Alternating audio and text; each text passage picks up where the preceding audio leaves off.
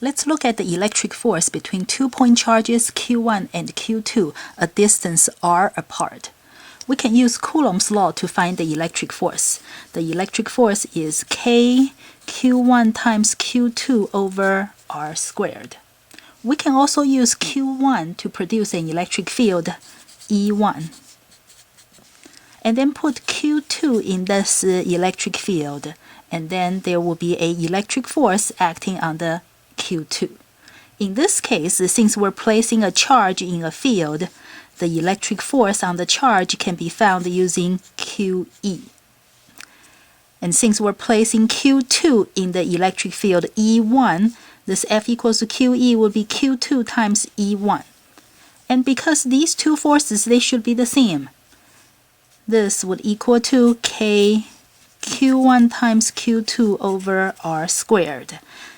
And we can cancel the Q2, and this gives us E1 equals to K Q1 over r squared.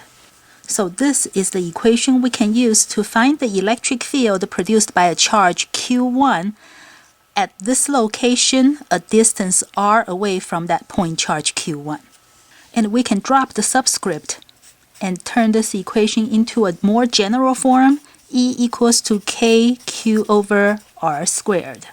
We can use this equation to find the electric field produced by any point charge Q, a distance r away from that point charge. And in this equation, this charge is the charge that produces the field. Let's try an example.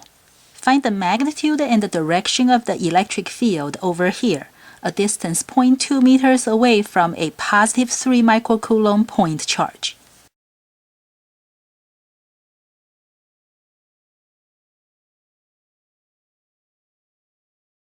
We're looking for the electric field produced by a point charge, so we can use our new equation E equals to KQ over r squared.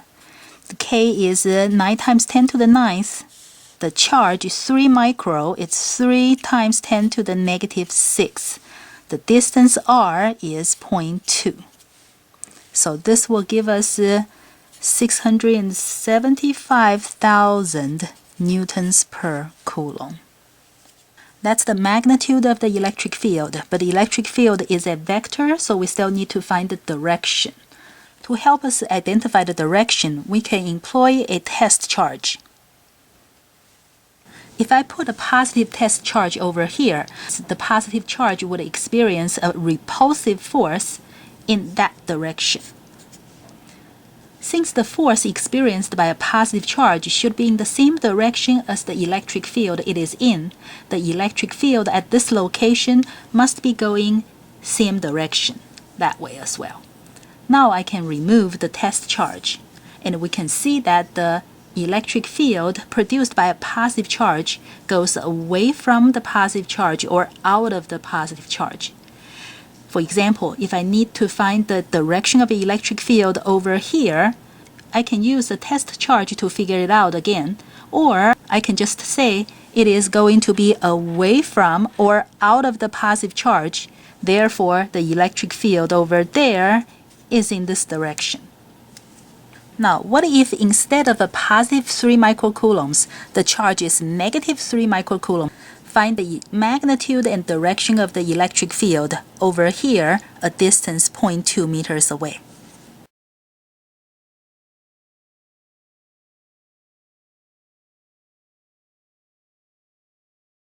To find the magnitude of the electric field, I can use the same equation for electric field produced by a point charge.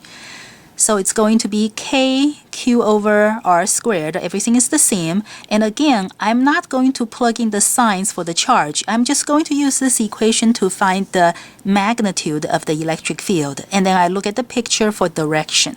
So the magnitude of the electric field in this case is exactly the same as before. But let's find the direction of the electric field now. Again, we can employ a positive test charge.